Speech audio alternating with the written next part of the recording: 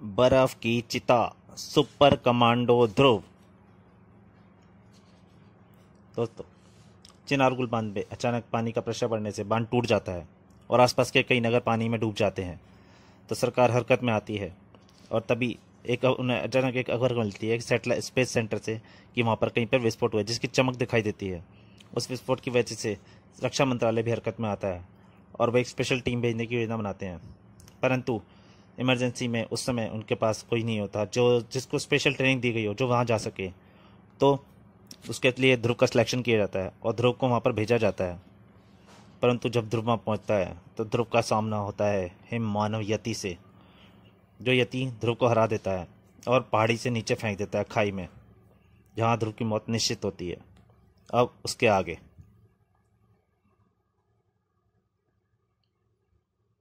इतना सहारा ध्रुव के लिए काफी था। वाह भगवान, आज तो तूने ही बचाया। कांपते कदमों से ध्रुव इंच इंच करके ऊपर चढ़ने लगा, लेकिन इस बार उसकी नजर जिस दृश्य पर पड़ी उसके लिए वह कतई तैयार नहीं था। यह क्या है? ये दोनों अचानक कहां से आ गए? ऐसी कोई चीज तो मैंने इस धरती पर कभी देखी नहीं, होटे तक में नहीं। ये दोनों लेकिन ये दोनों अजीबगरीब प्राणी यति को घेर रहे हैं और इनके रास्ते भी नेक नहीं लग रहे हैं। यानी इस वक्त मेरा पहला कर्तव्य है इस दुर्लभ प्राणी यानी यति की जान को बचाना। और यति जब तक उन प्राणियों को देख पाता तब तक वह गिर चुका था। भागने या बचने के रास्ते बंद हो चुके थे धाड़, लेकिन यति बिना लड़े हार मानने वाला नहीं था। परंतु उन दोनों प्राणियों के लिए यति एक विशाल पशु से ज्यादा कुछ भी नहीं था। उनके हाथों की पिस्तौल नुमा हथियार से आग की लपटें निकली और यति चिल्ला उठा आ, और आसपास का पूरा वातावरण आश्चर्य रूप से गर्म हो गया। यति गर्मी सहने का बिल्कुल आदी नहीं था। अब यति बेबस था। दोनों प्राणी यति की तरफ बढ़े। यही मौका है, और ध्रुव उन दोनों की तरफ। दोनों प्राणी ध्रुव की मौजूदगी से अनजान थे और ध्रुव ने इसका पूरा फायदा उठाया। ठक आ चीख सुनकर दूसरा प्राणी ध्रुव की तरफ पलटा। उसका हथियार ध्रुव की तरफ तना, लेकिन ध्रुव ज्यादा तेज था। ध्रुव ने उनको संभलने का मौका नहीं दिया। वे प्राणी इसके लिए तैयार नहीं थे। वे भागे। चुआ! ध्रुव उनके पीछे लपका, लेकिन तभी एक प्राणी का हाथ घुमा और ध्रुव का दिमाग अंधेरे में डूबता चला गया। पता नहीं कितनी देर बाद ध्रुव को होश आंखें खुली तो एक और आश्चर्य उसका इंतजार कर रहा था। तुम कौन हो बेटे, और अब कैसी तबीयत है तुम्हारी? मैं बिल्कुल ठीक हूं। मेरा नाम ध्रुव है, पर मैं कहां पर हूं? तुम दोस्तों के बीच में हो बेटे। मैं यहाँ का सरदार हूँ। मेरे बेटे जिंगालू को बचाकर तुमने अपने दोस्त होने का पूरा सबूत दे दिया है। पर आप लोग कौन हैं और हमारी भाषा कैसे जानते हैं? हम लोगों को तुम लोग यति कहते हो, हिम मानव यति। तुम्हारी भाषा हमने उन ऋषि मुनियों सन्यासियों से सीखी है जो तपस्या करने हिमालय पर आते हैं। हम लोगों को सभ्यता की सीख तुम्हारे देश से ही मिली है। यदि ऐसा है तो हमारे देश के प्रति आदरभाव रखने के बजाय तुम लोग इसे नष्ट करने पर क्यों तुले हो? और अगर भारतवासियों को आप दोस्त मानते हैं तो फिर जिंगालू ने मुझ पर हमला क्यों किया? बस लड़के, अगर तुम भारतवासी न होते तो अब तक मैं तुम्हारी जुबान के टुकड़े टुकड़े करके फेंक देता। जिंगालू ने तुमको पीछे से ट्रांसमीटर पर बोलते सुना और जासूस समझकर तुम पर हमला कर दिया, समझे? तो फिर ऐसा क्यों हो रहा है? कौन कर रहा है ये सब? कौन क्या कर रहा है, कुछ साफ साफ बोलो तो समझ में भी आए। ध्रुव ने संक्षेप में पूरी कहानी यतिराज को सुना दी। तो यह बात है, मुझको इस विषय में अब तक कोई जानकारी नहीं थी। समस्या तो वाकई बहुत गंभीर है। लेकिन वे अजीबगरीब प्राणी हैं कौन? यह तो मुझे भी नहीं पता। उनको पहली बार शायद तुम दोनों ने ही देखा है। तो फिर इस विनाश लीला के पीछे अवश्य उनका ही हाथ है। उनके तेज गर्मी पैदा करने वाले हथियार इस बात का पर्याप्त सबूत है कि उनके पास बर्फ को तेजी से पिघलाने की क्षमता है। अब मेरा पहला काम उन प्राणियों को ढूंढना है, और यह काम मुझको आज और अभी करना है। बर्फ अभी भी तेजी से पिघल रही है। रुको, मैं भी तुम्हारे साथ चलता हूँ। नहीं जिंगालू, मेरे साथ जाने से तुम फिर से खतरे में पड़ सकते हो। हाँ बेटा, ध्रुव ठीक कह रहा है। वे किसी दूसरे ग्रह के प्राणी भी हो सकते हैं, और पहली ही मुलाकात में यह पता चल चुका है कि वे प्राणी हम लोगों की प्रजाति में गहरी दिलचस्पी रखते हैं।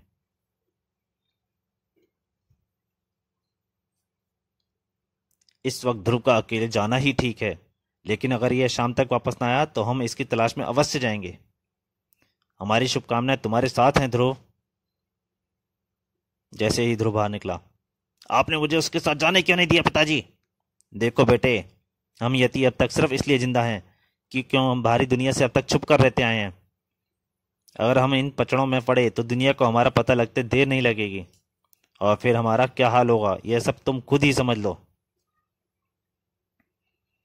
यतियों का सरदार होने के नाते यह मेरा फर्ज है कि मैं ऐसा कभी नहीं होने दूं। दूसरी तरफ ध्रुव अपनी खोजबीन में व्यस्त था। मुझे यह पूरा विश्वास है कि इस सारी समस्या की जड़ यही विशाल का चट्टान है जिसके नीचे से उबलता पानी आ रहा है। लेकिन इसको आगे आगे बहने से कैसे रोका जाए? कोई तो रास्ता होना चाहिए। हाँ, एक रास्ता है, लेकिन उसके लिए मुझे एक चीज ढूंढनी पड़ेगी।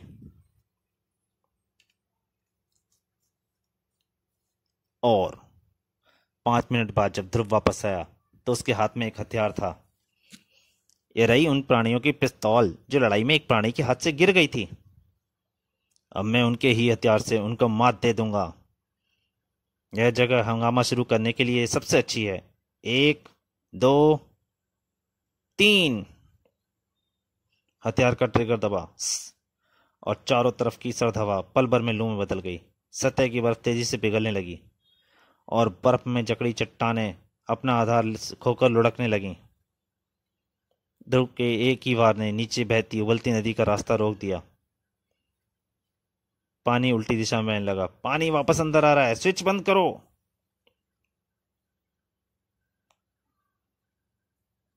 एक बटन दबा, पानी का हवा धीरे धीरे बंद हो गया। अब तो पानी सिर से ऊपर आ रहा है। अबे अभी कहाँ, अभी तो पानी सिर्फ घुटनों तक ही आया है। अगर बात समझ में ना आए तो चोंच बंद कर रखा करो। मेरा मतलब है कि अब बात हद से बढ़ गई है। अब इस लड़के को काबू में करना ही पड़ेगा। ध्रुव बेखबर नीचे गिरे पत्थरों को ध्यान से देख रहा था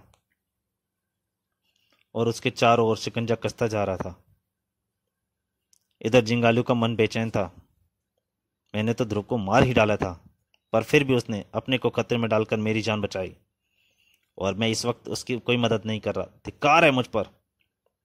अगर ध्रुव को कुछ हो गया तो मैं अपने आप को कभी माफ नहीं कर पाऊंगा। अचानक तभी, यह कौन है? पिताजी ने तो किसी को भी यति को शाम के बाद बाहर निकलने को मना किया है। यह जो भी है जा भी उधर ही रहा है जिधर ध्रुव गया था।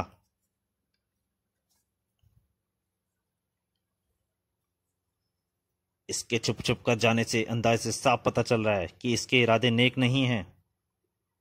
इसका पीछे करके देखना पड़ेगा कि ये आखिर जा कहां रहा है। उधर ध्रुव 3 प्राणों के बीच में गिरा था। सबके हाथों में वही खतरनाक हथियार था। ध्रुव ने पुरानी चाल एक बार फिर आजमानी चाहिए, लेकिन क्लिक, इस हथियार की ऊर्जा खत्म हो चुकी है। इस वक्त ये मेरी हत्या करने में भी नहीं हिचकेंगे, लेकिन यह तो पक्का है कि इस हथियार का प्रयोग अपने ही साथी पर नहीं करेंगे, और इस बीच में अपना काम कर लूंगा। ध्रुव का निशाना अचूक था। बाकी दोनों प्राणियों के हथियार भी गहरी खाई में जा गिरे। अब मुकाबला 3 से 1 का था, और ध्रुव की नज़र में यह मुकाबला बराबर का था। अब मैं जो कुछ करूंगा उसके लिए मुझे किसी हथियार की जरूरत नहीं है। यह तो गया, लेकिन इतनी देर में इसके दोनों साथी मेरे पास आ चुके हैं। लेकिन अच्छा ही हुआ, वरना मुझे चलकर इनके पास जाना पड़ता। ये गया नंबर 2। भाग। गुस्से से भरे ध्रुव के हर वार में बुलडोजर की सी ताकत भरी हुई थी। अब नंबर 3 की खबर लूं। पहले इनको अच्छी तरह से पीट कर अपना गुस्सा निकाल लूं, उसके बाद इनसे पूछताछ करूंगा। खेल लगभग खत्म हो चुका था। ध्रुव लगभग जीत ही चुका था। कि तभी उसके पीछे सिर पर वार हुआ, कायरपूर्ण वार हुआ, और ध्रुव का मस्तिष्क दूसरी बार अंधेरे में डूबता चला गया। जिंगालू यह सब देख रहा था। तो मेरा शक सही निकला, हमारे दल का कोई यति इन प्राणियों से मिला हुआ है, वरना यह कभी हो ही नहीं सकता था कि ये प्राणी हमारी नाक के नीचे रहें और हमको पता तक ना चले। लेकिन अब वे ध्रुव को कहाँ ले? वहां चट्टान का एक हिस्सा दरवाजे की तरफ खुल रहा है, यानी यह चट्टान ही इनके छुपने का गुप्त स्थान है। मैं अभी इन सबको नहीं, इस वक्त मुझे ठंडे दिमाग से काम लेना होगा। मुझे मदद जुटानी होगी, लेकिन कैसे? अगर पिताजी के पास जाऊं तो फिर कह देंगे इससे हमारा कोई मतलब नहीं। बाद में वे गद्दार यति को चाहे मृत्युदंड दे दें, लेकिन तब तक ध्रुव का क्या होगा? अचानक जिंगालू की आंखें चमक उठी। हाँ, एक जगह से मदद मिल सकती है।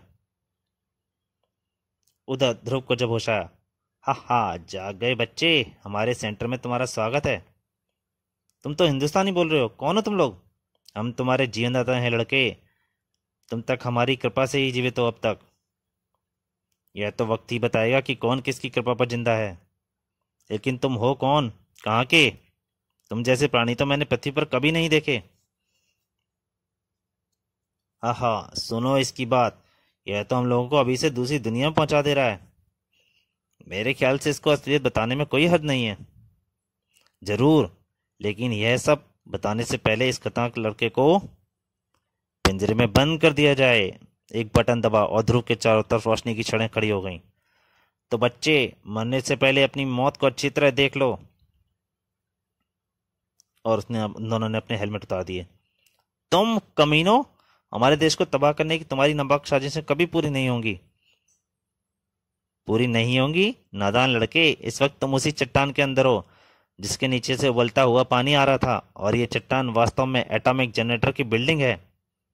इस वक्त तुम्हारे आसपास की वही एटॉमिक जनरेटर हैं, और जब तक हमारा जनरेटर चालू रहेगा तब तक हम इसकी प्रचंड ऊष्मा के जरिए बर्फ को पिघलाकर तुम्हारे देश को डुबाते रहेंगे। हम तुम्हारे देश की अर्थव्यवस्था को इतनी बुरी तरह से तहस नहस कर देंगे कि तुम्हारा देश बिना किसी प्रतिरोध के हमारा गुलाम बन जाएगा।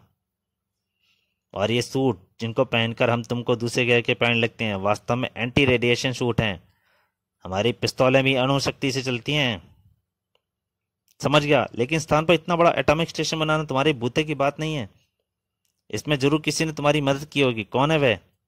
तुम ठीक समझे, अपने पीछे मुड़कर खुद ही देख लो। तो दोस्तों, बर्फ की चिता का दूसरा भाग यहीं तक। अगर आपको कॉमिक अच्छी लगे तो प्लीज़ लाइक कीजिए, और हो सके तो शेयर भी कीजिए। धन्यवाद।